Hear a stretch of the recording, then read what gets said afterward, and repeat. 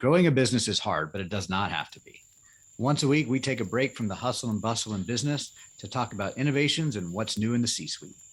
This is the Fractional C-Suite Retreat, and I'm Joseph Frost. Pull up a seat at the fire, grab a drink, smoke a cigar, and just join me as we relax, learn, and get inspired. This retreat is sponsored by your CMO, helping organizations grow with better marketing strategy. Today's guest is extremely knowledgeable in his field of business consulting, has exceptional capacity for teaching others, has consulted for industry leaders, and manages as the managing partner, ProCFO Partners. Nelson Tepfer is my guest. Welcome, Nelson. How are you? Hey, Joe. We're doing well. Thank you for having me on. Terrific. So I'm glad you're here today with me. As we were discussing earlier, I'm at home in quarantine, so my whole family's dealing with quarantine issues, but it didn't keep me away from the Zoom. And nothing is transmittable through digital viruses, as far as I know. So glad we're here. Absolutely. One of the questions I like to start off with is a real simple one. From your perspective, what do you see some of the C-suite challenges are that other C-suite members may not be seeing right now? Or what are some of the opportunities even? So, well, I guess perhaps you may back up a little bit just to define the difference between C-suite and others in the organization, or just the C-suite in general, because you asked, and I've joked about this, but even for the role that we play as CFOs, you ask 10 different people what they think a CFO is or does, you will get 10 different answers. And I know because I do that quite often. Yeah. It's a great way to start a conversation in a room of people, or to be thrown out of parties sometimes too. But otherwise, it's a great way to start a conversation with a group of people. But in reference to what you're describing, I mean, a lot of the opportunity exists at the C-suite is perhaps more collaboration or stretching out beyond what people think of as a traditional role. Meaning, we get asked a lot as CFOs. We get pulled into many different areas of the organization, and occasionally we get the response of, "Well, what does that have to do with finance or accounting?" And the answer is, well, it all kind of has to do with it. And as seasoned executives coming across different industries or working with all different kinds of clients, usually our insight or experience or expertise kind of extends beyond just strictly what you think of as finance or accounting. So the greater impact we can have on our clients, the more we can help, the happier we are, and usually the better off our clients are. Yeah. So do you think that C-suite members need to stretch more themselves also? Absolutely. Absolutely. And what's interesting is I think some of the barriers, begin to come down. Like, for instance, we look across our team and we have members who have been not only CFOs, but COOs as well. And you think, well, that's usually a very different skill set. And the answer is not always. We have members who have been CEOs as well. And again, you think is that really, you don't necessarily think of the CFOs moving into the CEO role, but we certainly have ones who have done that. And the answer comes down to a lot is the impact that we have on the organization. Forget about the finance and accounting function. We get involved in sales and defining pricing, and we get involved in how that actually flows through the rest of the organization. Is that technically operations? Absolutely, some of it is, but we still think of it as this is something we can help and impact. So let's do it. Yeah. So when does that become change from an opportunity to a problem? Because I see sometimes the opposite, where there's one person that's wearing too many C-suite hats and they're not able to execute all of them well. When do you bleed into an opportunity versus a potential challenge? Oh, certainly. We've all seen the good, the bad, and the ugly in that space. So I am not saying everyone should be doing everything. Obviously, that would lead to chaos. So more so than what traditionally exists even in this market as chaos. So for us, a lot of this comes down to the alignment around where the company is trying to go. When you think about the strategic side of the conversation as identifying those goals across any C-suite versus other members in the organization, almost all of that impact or difference between the C-suite and the other members in the organization almost always ends up being strategic, more so than just strictly the tasks that you can do. So that leadership team, that alignment of, okay, what are the goals of the company? Where are we really trying to get to? What are those measurable targets for those goals? How are we actually going to go ahead and achieve this? Who is then you can get to, okay, who is responsible for the strategy and implementing those, so that the lanes become a lot clearer. It's not that, okay, great, well, that's in your lane, don't talk to me about it, but more, how can I support you because this is the one you're responsible for? Right. It becomes that part of the conversation instead of, well, this is my responsibility, leave me alone. But that comes from that alignment that needs to happen first. And this is what we're all trying to do. And this is how we're going to work together to get there.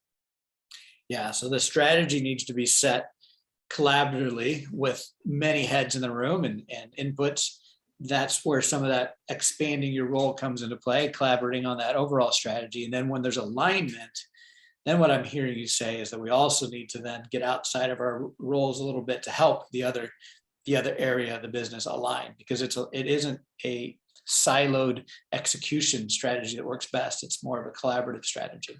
Absolutely. I mean, yes, there are certain areas, for instance, someone who heads up the CTO or CIO space within an organization. It's not that they need to have, we need CFO in order to do this type of thing. But if they're trying to work on something and they're struggling with different aspects, the CFO can't say, well, sorry, not my responsibility, and just watch them fail type of thing. If this is what's involved, then yeah, rolling up our sleeves and diving into some of these other areas becomes not only important, but almost crucial sometimes to actually getting some of this done. So as a fractional C-suite person, how do you see that different than being a full-time C-suite person? Well, there's a couple ways that shows up differently at the fractional level. What's interesting about us is, both myself and everyone on my team has been an actual CFO before. So when we step into working with our clients, we're able to bring a lot of the experience and expertise, as well as collaborate with each other in whatever works best to help our clients. So that certainly helps us deliver at this level. But being able to deliver this at the fractional level very often allows us to deliver at perhaps a higher level than what they would get if they hired a full-time person. Because a full-time experienced CFO in almost any market is a pretty expensive salary component. Yeah. So from our perspective, it becomes, okay, when do you need that true CFO level of experience in doing this? And when do we help build the rest of the finance and accounting function so it is systematic, sustainable, and scalable with our level of insight and oversight as a part-time CFO? So it's an opportunity to get access to that CFO level thinking and strategy earlier than an organization might well be able to afford. Absolutely. And what's interesting is, for the most part, very often we see most companies just don't need that full-time CFO level. It's not that they don't need oversight or management, but they just don't need that true CFO level of experience on a full-time basis. They need help building their function correctly. They need help building a framework for financial management and growth. For instance, we started this conversation talking about that strategic and goal setting type of thing. So for many of our clients, we are involved in those leadership meetings and setting those goals and setting those strategies and defining who's responsible, what KPIs are we measuring and why, and how are we going to go ahead and do this. But even still, it's not an ongoing basis. It's not a 40, 50, 60-hour-a-week job. It shouldn't be for most organizations. Yeah. And I think that's the major benefit of being fractional, is that you can, it's a little more on demand and more productive that way. You're bringing in that expertise when you need it to really focus on the problems that you need to solve, the opportunities that you need to look into. And then when you don't, you can dial it down, but it's still there as a fractional. Versus a full-time, you at a certain scale, you need that full-time expertise for sure. But if you're not at that scale, now you're filling that bucket, that full-time bucket, with maybe non-strategic work, more tactical and not as productive activity. So that's where that fractional role really can show off as being more valuable in the long term. Absolutely. And it's funny, I remember talking to the CFO of a larger organization, probably multi-billion-dollar organization, or certainly over $1 billion. I don't know if it was two, but certainly in the certainly over $1 billion organization. And I was connected with him through something else, but we were talking about what each do. And he's asked me point blank, I don't understand how you can do this part-time. And I was joking with him. So I was talking to him about 5:30 in the evening. And I said, okay, you're the CFO of this organization. How much of your day was spent on actual CFO responsibility or CFO level activities? And he just burst out laughing, because even at a company of that size, most of his day was not spent on CFO level activity or responsibilities. Yeah, no, that's so real. I think another aspect that as a fractional professional, as you engage with a client, you can easily be kind of projectized. So, oh, that's our fractional CFO project. And it can become more difficult to have that collaborative, get outside your lane impact on an organization. So how do you overcome that? How does your team overcome those? They're real, those barriers that get placed as a fractional because you're not on site maybe, or you're not full time, and so you're not not as much of a peer as the other C-suite members. How do you get past those barriers? So for us, we spent a lot of time approaching that very conversation because it is a natural barrier and it's something we recognize in order for us to truly help our clients. It is one we definitely need to overcome. So our approach to that has been from the get-go is how do we gain that depth and breadth of engagement with the clients so we can help them what they're doing. So what very often, as almost all fractional C-suites, we get called in because there's a problem, right? How often do we get called in? No, everything is going great. We just decided we need this fractional level help at this stage. Believe me, it'll make our jobs much, much easier if that actually did happen, but it doesn't really happen that way. So there's a problem usually and almost always when something comes up. So for us, we help define, yes, this is a problem, but it's not the this is not usually the actual problem. It's usually the symptom. So from our perspective, it becomes how do we put this symptom that you're having or this problem as you're seeing it in the context of this greater finance and accounting function. So for instance, if they run into a cash flow problem, yes, they're having a cash flow problem. But why are they having a cash flow problem? What does their cash flow forecast look like? Are their fixed costs too high? Are the variable costs not being captured by pricing? Are their customer terms too lenient? Are they not taking advantage of supplier terms? There's all of these other pieces that come into play with defining what the cash flow problem is and why are we having it. And very often it's tied to all different areas within the organization. So from our perspective, when we get started, it is first demonstrating what is the full range of this function. What is the whole thing supposed to be doing for you? Yes, we're going to dive into this specific problem because that's what you have right now, but it is in the context of this greater function, this greater system, this greater framework. So that it allows us to, yes, once we put out this specific fire or this particular instance, then we can go back to, okay, great. Now, where else in this function are these areas not working? Because we've set the tone when we get started, this is what this whole function is supposed to look like for you.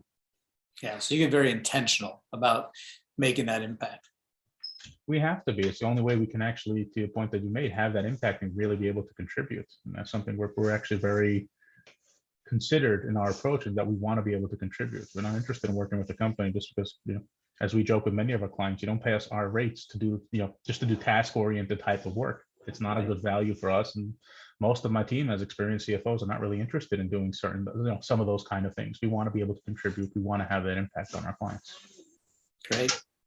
So you alluded to this earlier in your response. So how do you describe what actually a CFO does?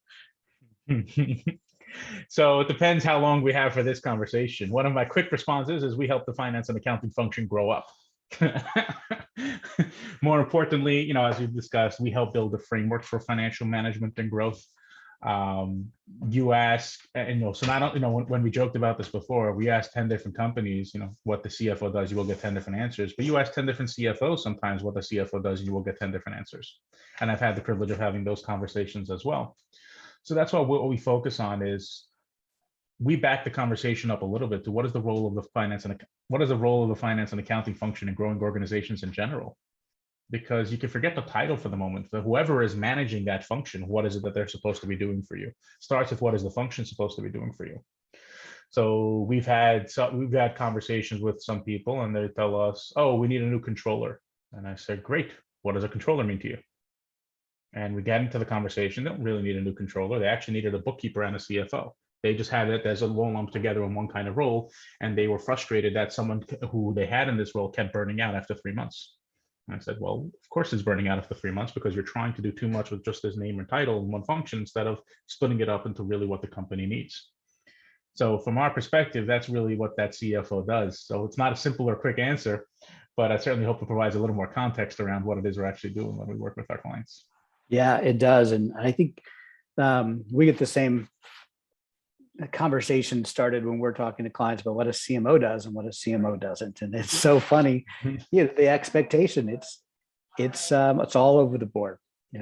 Some people want their CMO to come in there and sit in the boardroom and build a strategy and look at big picture. And some people want them to come into the office and get into the website and update the blogs and write them. And that's definitely not what a CMO does. Most of our CMOs have done that sometime in their previous lives and experience, and therefore can do that work and will do that work if it's an urgent matter, but that's not the same thing as what they should be doing for sure. And we've certainly come across those scenarios as well. And that's why I joke with many of our clients when it comes to some of the questions that they have, is like, you don't want to pay us our rates to do that kind of work. we'll help bring in and manage those resources, if that's what you need. We'll help mentor and train the staff to do this kind of stuff. But from our perspective, of course, we get operational. Of course, we roll up our sleeves to get something done. But it's always in the context of, is this the right value for what you're paying us to do versus what training we're helping or bringing in and managing the resource to do instead of us? Yep, exactly. Well, very good. What are some of the other challenges that a fractional professional faces that in your experience that are unique to that fractional role? So that's interesting, because across our team, about half of them came from doing this on their own and half came from a full-time role. And what I find interesting, and when they go through onboarding with us, it's always interesting, the ones who are coming from one environment versus the other. So the ones who are coming from the full-time role have faced a different struggle than the ones who are coming from trying this on their own. The ones who are coming at this from a full-time role, very often their struggle is, how do they gain that engagement and trust and leadership role with an organization only on a part-time basis? And that's, again, when we use the tools that we've developed to be able to guide them to say, this is how you should do this, and this is how you onboard correctly, this is how you engage with the client at this level. As opposed to the ones who have done this on their own in some way, shape, or form, it's more about, these are our go-to-market strategies, this is what works at this level, these are the opportunities we generate, and this is how we do this. Yeah, two different struggles. That's really interesting. Which one's harder? That's a good question. For myself, my own background, I came from doing this on my own. I did this on my own for 7.5 years across nearly a dozen different industries. And there are certain challenges, obviously, when you do this on your own. It's very difficult to develop and deliver at the same time, which therefore leads to feast or famine. And you only have your own experience and expertise to offer, which shows up in several ways. So one, you run into the objection of, have you worked in this industry before? Even though you and I both know most of the issues we're helping many of these companies solve have nothing to do with the industry that they're in. But the flip side to that is, you don't have any teammates or colleagues to really be able to work, to brainstorm and to be able to have these conversations with. So for those three challenges, that's what led me down the path to eventually form this company. But I remember for myself transitioning over from a full-time CFO into my first part-time role. It definitely takes that mind shift to actually be able to, the mindset shift to be able to tackle it at this level, while at the same time only on a fractional basis. And that's also what led us to develop the tools we have now to help those make the shift, in a better way, to be able to gain that engagement, to be able to gain that trust within the organization as they are able to help those clients. Yeah, I think both paths are difficult. We have CMOs that come from both paths as well. People that have been out on their own and consulting in some way, shape, or form, and where what I find their biggest challenge is that we help solve is how to have more of a recurring practice stream of revenue and less of a project based. And so they're looking for those answers from an organization like ours. And then people that come from full-time they just won't work. Just bring me some work, give me something to do. And they don't necessarily understand the ups and downs of freelancing that will come eventually if they're out on their own for long enough. They just need that next project. And then once they have it, then you're, like you said, I think understanding how to be effective part-time or fractional versus full-time. It's a real interest.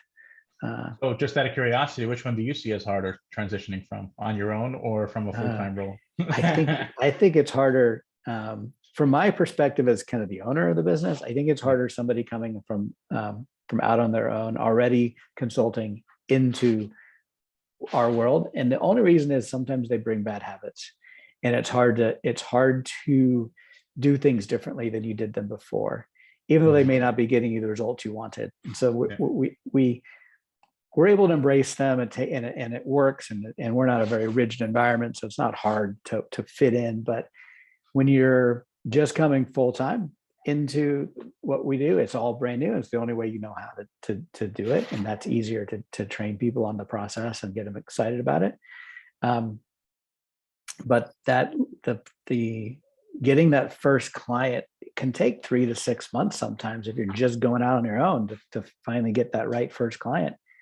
And that sense of anxiety is real for new CMOs and new professionals in general. And it's hard to watch somebody go through and have the faith that, yeah, they're coming. You just got to keep doing the work. It'll be here eventually.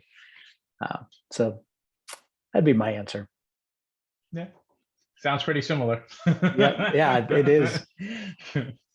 So another question I have is, as you're looking or as you're talking to clients, what are some of the criteria you suggest they look for when hiring a fractional CFO or any fractional professional? What do you think the criteria they should be looking for are? So I tell this openly to many of our clients and to many of our team. I will almost always look for fit over industry experience. And I joke with our client, I say this semi-jokingly to our clients, I should say, industry knowledge and experience I can leverage off of other people on the team. The fit with you as a business owner and as a leader in your organization, I cannot. So I'll always look for someone who's a fit with you as opposed to somebody who's been in your industry before. Yeah, I think And that's so true. That is so crucial. I've learned in defining the long-term success of almost all the engagements. I've learned that the hard way, unfortunately, as I'm sure you have as well, when it didn't actually work out as well as we may have wanted for our clients. But I've actually transitioned some CFOs, brought in different CFOs on the team who were then a better fit for some of those clients along the way that were then able to actually have that impact. And I always find the fit is so much more important. And I do think, from the client side, they just look at it very often. And I understand where they're coming from. It's logical as well. If you haven't been in this industry, how are you going to know certain aspects of this? The advantage to having a large team as we do of now more than 30 CFOs, we've been in just about every industry imaginable. And probably some of you may not have come across all that often as well. But we've been across so many different industries that we have the industry knowledge on our team. My team, the CFOs, they'll speak about the specific, nuances to the industry. But the fit with the business owner is almost always going to be the biggest key to success along the way. Yeah, for sure. I hear that a lot. It's surprising. It makes sense. It's not surprising in that way, but it's surprising that every fractional professional I've talked to, that is also the number one criteria they think is important. Outside of fit, what other criteria is important specifically for fractional CFOs when you're trying to hire a good one? So I also find the ones who want to engage in that kind of environment. You have some CFOs who spent their entire careers in Fortune 100 companies, and they now want to work in this small companies. They enjoy this. They want to have this impact. While at the same time, you have some who have worked in some larger companies who they want to get involved at the strategic level, but they don't necessarily want to get involved as much in the nitty gritty. So again, fit goes both ways. It has to be the fit with the client, but it also has to be the CFOs a fit. This is the environment that they will be successful in. They need to understand what's going to be involved in making sure that, to drive the client's success. And is this an environment they actually want to pursue? Because you throw, again, to your point, someone who's just joining the organization said, oh, yes, they want a client, they want a client, they want a client. And of course, if we have the right client, then we always want to put it in front of them. But at the same time, we also need to understand that CFO, what are those environments where they are going to be successful? What are those environments where they are going to be able to have that meaningful impact and make those contributions? Because again, when you try and fit that square peg in a round hole, nobody ends up happy. Yeah, exactly. And last question on fit. What is the advantage to a client to working with an organization like yours that has multiple CFOs that can be fitted with versus a standalone CFO who's out on his own or her own and doing the same work? What's the advantage of an organization like yours over the solo practitioner? Well, at its most basic, obviously we have more to choose from to make sure it's the right fit. But beyond that, we've also developed better processes that allow us to engage with the client. It's not just my own experience that, oh, this is what I've done in the previous number of clients I've worked with. This is what we've done, as 30 CFOs across now the hundreds, if not close to 1,000 clients that we've worked with along over the years. So this is the length and breadth of our knowledge and experience and expertise that we can now bring to bear for our clients. Yeah, that proven process, I think, is so important to have. You've worked through a lot of those best practices in getting a good onboarding, getting a good engagement started, having good results. And that's not intuitive in the process of matching that I think a company who's never used a fractional before maybe doesn't appreciate, nor does an independent freelancer that's gone out on his or her own appreciate the value of either until they've been around it enough. So we're similar that way, our two organizations for sure. We don't have 30 CMOs yet, but that's all right. I'm sure we get have there soon enough. we have the value of a process that we know works, and it definitely helps everyone in and around that process. Absolutely. One of the things we talked about several months back, and I wanted to bring it back up, is the idea of marketing ROI. We get that question a lot. What's the ROI on marketing, and how do you measure ROI? And I just wanted to get your take as a CFO. When you work with organizations and you start talking about ROI and marketing, what are the things that you recommend or things that you look at specifically to help that CEO or that marketer have a better grasp of what that ROI should look like and feel like? So again, going back to where we started, I think our conversation initially, some of this goes back to understanding what is the full picture of what is the full effort that's going on in the marketing space.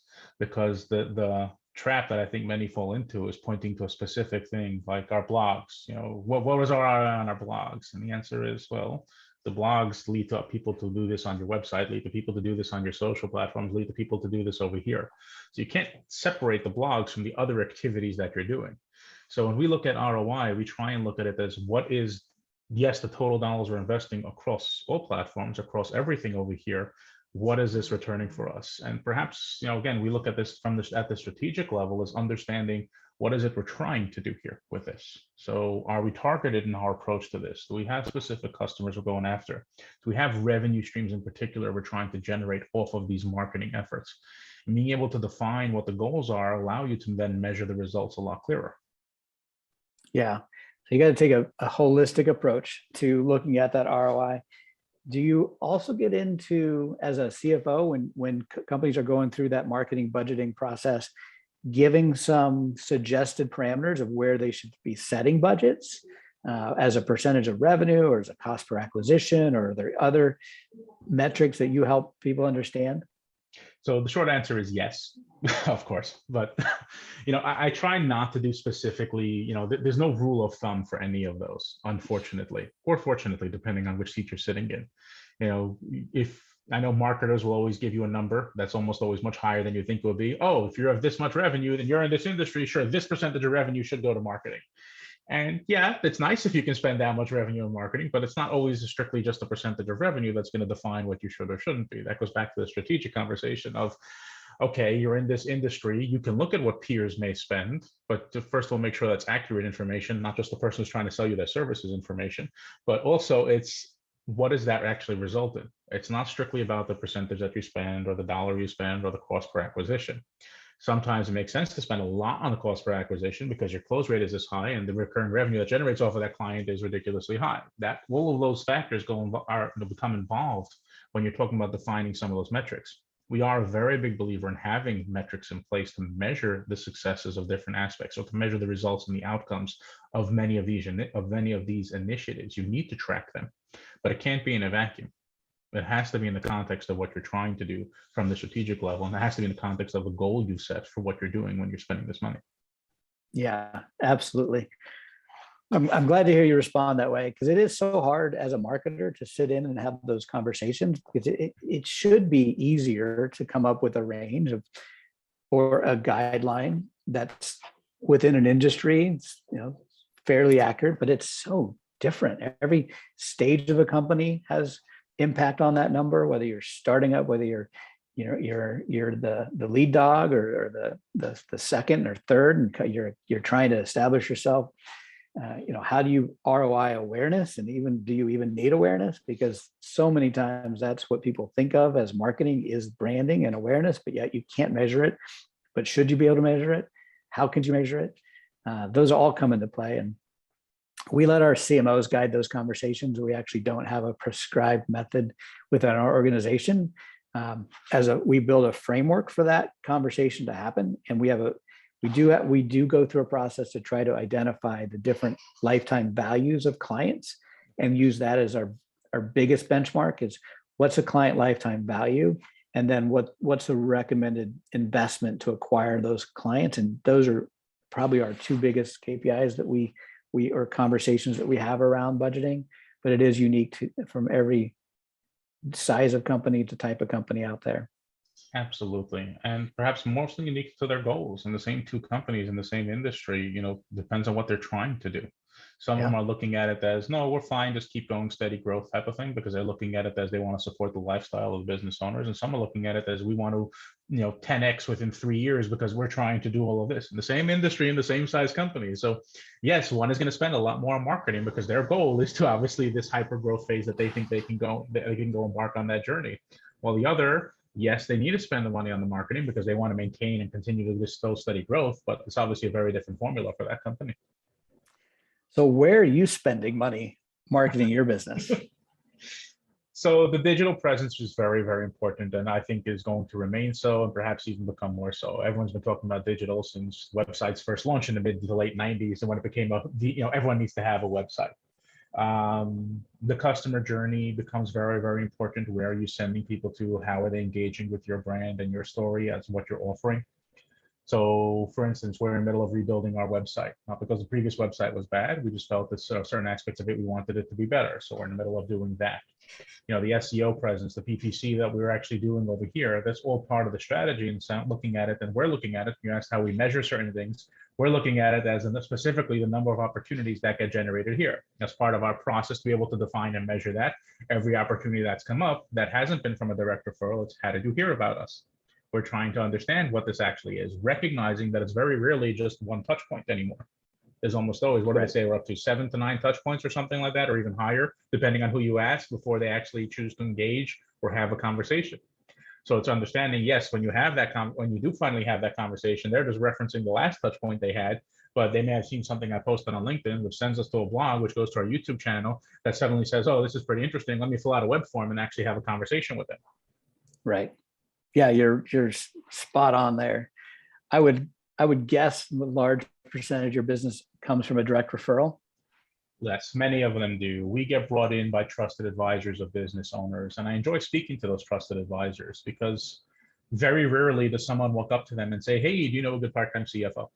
They would make my job, again, much easier if they did, but instead, they're complaining about different aspects of their business.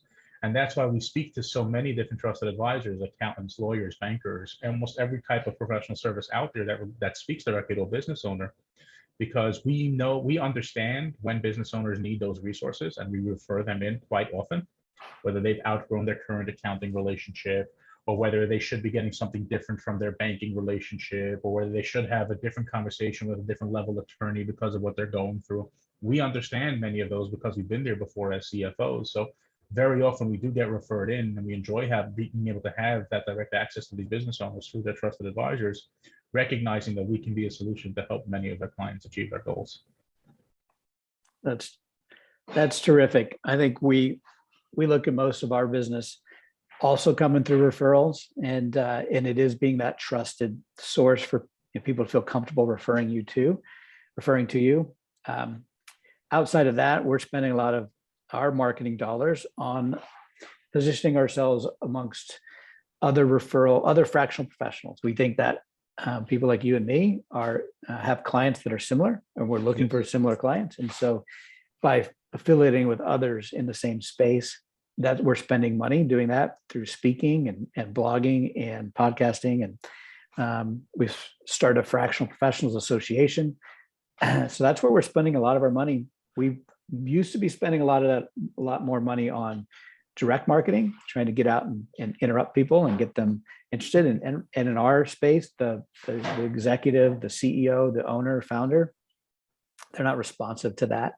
Not very responsive. We got to be very lucky to get a good lead that way. So we're redirecting our spend, and then we spend a lot of money supporting our CMOs to position themselves within their markets of interest. So whether that be a specific vertical or geography, our efforts are how do we get you out in front of that audience as the expert, as my business partner calls it, the mayor of your market. How do we get you to be the mayor of your market? So when people think about marketing in that specific area, they think of you. And so that's kind of our approach to our own marketing dollars. No, that's a great approach to it, and it is so necessary. So we look at it as, going back to the point, I guess you recognize the direct interrupt approach wasn't perhaps returning as much of an ROI, which is why you're shifting to where you are today. So we have some of that, what I'll call loosely interrupt marketing. Obviously, it is very tailored, specific to the level that we want to engage with them on. And to your point, it's not always about, oh, well, we're spending this amount, we need to see this amount beyond this. It's so much more so it is more about the engine that is ongoing, so we can get to more people without beyond what we reach with our own 2 feet. Right. We Yeah. look at some of that as so. Again, most comes from referral. I don't really see that changing, but we do like creating that digital presence and the digital opportunities as a way of making money without actually, directly doing more of the work or having more conversations directly, because there is only a finite amount of hours in the day. Yeah, definitely.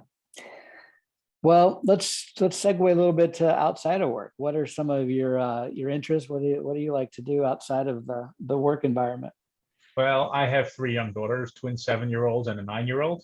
As I joke with my wife, they drive us crazy, but they're supposed to. So they pretty much take up a lot of the time. We do try and take several family vacations throughout the year. I figure we work hard enough, and we should be able to, if that's not what we're working for, I don't know why we're doing this. So I like being able to spend the time outside of work with them, at different environments. I like the work that we do because it does allow for some flexibility for being able to carve out time as we want to, as we need to. So that's certainly a very big part of that.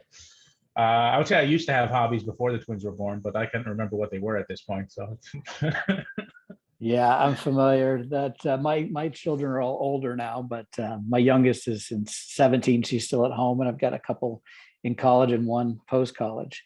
But yes, their hobbies become your hobbies. That's the way that works for a while, which is great. Yes. I loved it. I still do. I think it's one of the best things out there, is being able to be a parent and experience their passions alongside them. What are some of those things that your girls like to do? At this age, so they're getting into the sports, they're getting into the ice skating, they're getting into the dancing or gymnastics, they're getting into those kind of fun things like that. Almost every week it's a new interest type of thing. So, Yep. but that's the age for that, and we enjoy letting them explore the things that are of interest to them. We're planning on going away at the end of January down to Florida, although we'll see what happens with COVID and Omicron, what that really ends up looking like. We're going regardless. What we'll be able to do there, we'll have to wait and see, but we plan on going as of right now. So I enjoy being able to carve out those few days here and there just to be able to go away on vacation with them as well. Where in Florida are you going? Orlando. Oh yeah, are you going to do the Universal Disney World experience? Well, yeah, something along those. We did the Disney one 3 years ago. This year we're up in the air on whether we want to do 2 more of the different Disney parks, whether we want to do the Universal parks. Apparently the debate is still ongoing. We did Universal when we were there last, and that was a few years back, pre-COVID. And I loved it. It was my first time ever been to a park like that. My wife had gone before, and so it was a lot of fun. But we did not do the Disney princess thing. Like, I think would have been nice if we had younger kids, which we didn't. But they enjoyed it. 3 years ago, 3 young daughters. So I think I went to 8 or 9 or 10 different Disney princess experiences. Absolutely. Yeah. Good for you. That's awesome. Mm-hmm. Where do you like to travel? Do you like to stay domestic or international? Yeah, at this age, it's still domestic.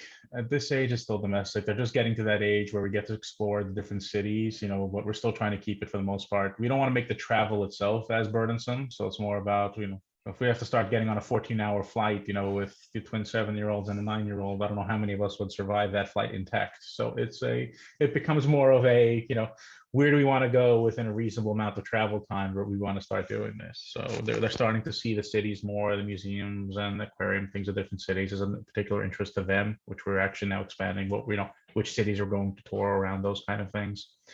But so far it's a lot of fun. We're looking forward to what we're going to go cover this year and next year with them as well. Yeah, that's fun. That's a great age.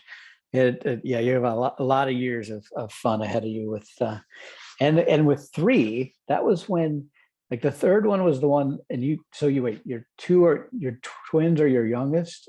Yes. Okay. So we went straight from having a double team on the older sister to zone coverage. Yeah, we went very quickly. You went straight there from 1 to 3. Okay. Yeah, that 2 to 3 leap for us was when it became just exponentially harder to manage. And then the 4th was just chaos. So got it. Yeah. What about you? What other hobbies outside of work these days? Oh gosh. I stay pretty busy. I have a lot of work, but it's all fun work for me. I'm starting new ideas and new ventures quite often. So that's almost a hobby to me. That's great. Jokingly, I get made fun of for starting too many things and not finishing. But my theory is this: that you got to start a bunch of stuff. You don't have to finish a bunch of stuff, but the things that you're committed to finishing, you definitely have to finish. And it's okay to start things that don't go anywhere, as long as no one's counting on you to finish that one thing. So I spend a lot of time ideating and innovating in my journal. I like to visit my kids at college, or where they live. So we've spent the last couple of years going back and forth between Colorado and Philadelphia, where the kids are quite a bit, and that's fun for me, traveling.